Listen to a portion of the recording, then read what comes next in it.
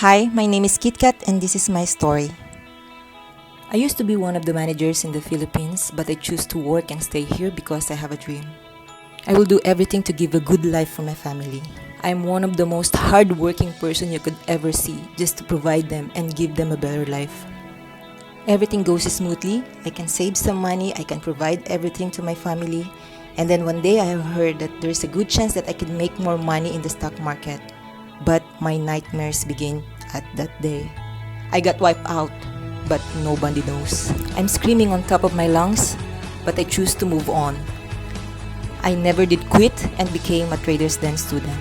As a TDS, there's a lot of changes and improvement. My concept about trading has changed. Now I live and die using the TDS strategies. I'm trading even in a ghost month with confidence. And above all, I will never be wiped out again because I know how to keep my losses small dahil alam kong hindi nauubusan ng opportunity ang market. And now, I'm ready to embrace the TD learnings. As a TDS, we're having a rigid training from stock picking up to execution, and we're doing it in live trading. And just recently, I take out 8% of my gain out of the market so that the market will no longer take it away from me.